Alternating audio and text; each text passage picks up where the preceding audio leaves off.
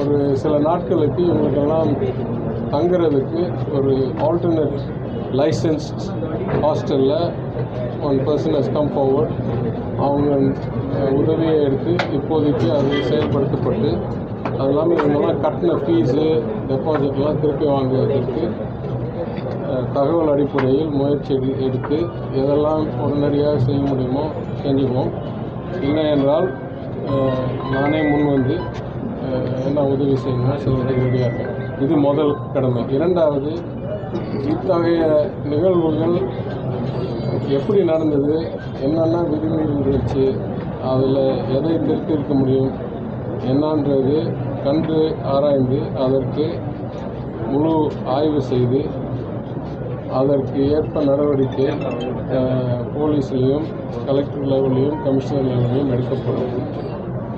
மூன்றாவது, இந்த வருத்தத்தக்க நடக்கக்கூடாத ஒரு நிகழ்வில் என்ன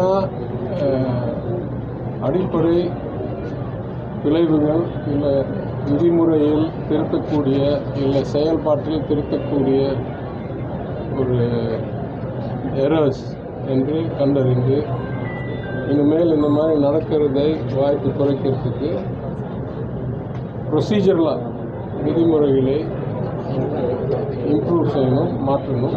அதுவும் அரசாங்கம் நடவடிக்கை எடுக்கும். நிறைய தகவல் வருது, கார்பரேஷன்லேருந்து தகவல் வருது. ஏற்கனவே அங்கே டிஸ்பியூட் இருந்த மாதிரி அந்த லெஸ்ஸிக்கும் அதனால் ஒருத்தர் ஒரு சைடு சொல்கிறாங்க. நிறைய தகவல் வருது. முழு தகவல் இல்லாமல் நான் எதுவும் பதில் சொல்கிறது சரி வராது. ஆனால் நீங்கள் சொல்கிற தகவல் என் காதுக்கும் வந்திருக்கு. டெமாலிஷன் நோட்டீஸ் இருந்ததுன்னு ஒன்றுக்குள்ள பழுது, அதுக்கு இல்லாமல் ஏதோ முன்சிபல் கோர்ட்டில் இருந்த மாதிரியே தகவல் வருது. எல்லா தகவலையும் தீட்டிட்டு என்ன நடவடிக்கை எடுக்கணுமோ எடுக்கும். ஹாஸ்டல் இயங்குறதுக்கு எப்படி சார் சோஷியல் வெல்ஃபேர் அப்ரூவ் பண்ணாங்க? அவங்களுக்கு அவங்க கவனத்துக்கு வரலையா? இல்லை, சோஷியல் வெல்ஃபேர் அப்ரூவல் இல்லைன்னு தெளிவாக சார். இறந்தவர்களுக்கு முதலமைச்சர் சார்பாக நிதி எதுவும் வழங்கப்படுகிறாங்க சார்? முதலமைச்சர் ஆஃபீஸ்லேருந்து நடவடிக்கை எடுப்பாங்க சார். மாநகராட்சியில் இது போல பல்வேறு நிதி கொடுக்குறோம், ஆனால் நிரந்தர தீர்வு என்பது ஏற்படுத்தவே முடியலையே சார் நம்மளால. அது ரொம்ப தவறான கருத்து. மாநகராட்சியில் இத்தகைய விபத்துகள் தெரிஞ்சு இந்த மாதிரி ஒரு விமென்ஸ் ஹாஸ்டலில் ஃபயர் வந்ததில்லை. அதனால இத்தகைய பிரச்சனையெல்லாம் தொடர்ந்து நடந்துட்டுங்கிறது தவறு. நான் இது எந்த ஆட்சியிலையும் சொல்கிறேன். நான் எங்கள் திட்டங்களில் விதிமீறல்கள் நடக்குது, அது எல்லா ஆட்சியிலும் நடந்தது. அதை குறைக்கிறதுக்கு முயற்சி எடுத்துட்டு இருக்கோம். ஒவ்வொரு நிகழ்வுகளும் அது இவ்வளோ துயரமான நிகழ்வு இல்லைனாலும் எப்பப்போ ஏதாவது முயற்சி கொண்டு எடுத்துட்டு இருக்காங்க. இன்னைக்கு கூட நான் காலையில் சீஃப் செக்ரட்டரி பேசியிருக்கேன். பல பணிகள் ஏற்கனவே மேற்கொள்ளப்பட்டு இது மதுரை முழுவதும் இந்த மாதிரி ஹாஸ்டல்ஸில் ஏற்கனவே கொஞ்சம் இஷ்யூஸ் இருக்குது அப்படின்றது அரசாங்க கவனத்துக்கு திருத்தும் படிகள் ஏற்கனவே எடுத்துக்கொண்டிருக்கிறதாக எனக்கு தெரிய வந்தது.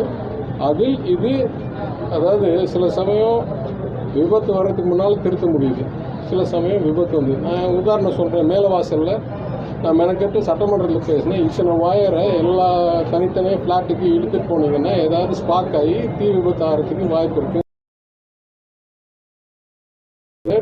தங்கமணி அவர்கள் ஒரு டீமை போட்டு அதை பார்த்து திருத்தணும். ஆனால் திருத்தது 35 லட்ச ரூபா எங்கள்கிட்ட இல்லை. நான் சொன்னேன் நீ எம்எல்ஏ நிதியில் கொடுக்குறேன்னு. இல்லை அதுக்கு விதிமுறையில் இந்த பேச்சு நடந்து கொண்டு இருக்கும்போதே என்னாச்சு, ஸ்பார்க் ஆகி தீ விபத்து வந்துச்சு. அதனால் சில சமயம் அது வருத்தத்தக்கது. ஆனால் திருத்தறதுக்காக முயற்சி எடுத்துகிட்டு இருக்கோம்னு சொல்கிறேன். அது நான் ஏடிஎம்கே ஆட்சியிலேயே சொல்கிறேன். எங்கள் ஆட்சியில் கோர்ட் டிஸ்பியூட் இருந்தால் கூட பரவாயில்ல, கோர்ட் டிஸ்பியூட் இருந்தால் கூட பரவாயில்ல. ஸ்டூடெண்ட்ஸு அதுக்கப்புறம் பெண்கள்லாம் அட்மிட் தடுத்துக்கலாம்ல சார்? அதையாவது அவாய்ட் பண்ணிருக்கலாம்ல? அதாவது முழு தகவல் வந்த பிறகு யார் என்ன பண்ணியிருக்கணும், எப்போ பண்ணியிருக்கணுன்றது உறுதியாக கண்டறிந்து முதல்ல அதுக்கு நடவடிக்கை எடுத்து, இரண்டாவது தொடர்ந்து நடக்காமல் இருக்கிறதுக்கு அரசாங்கம் படிகள் எடுக்கணும்.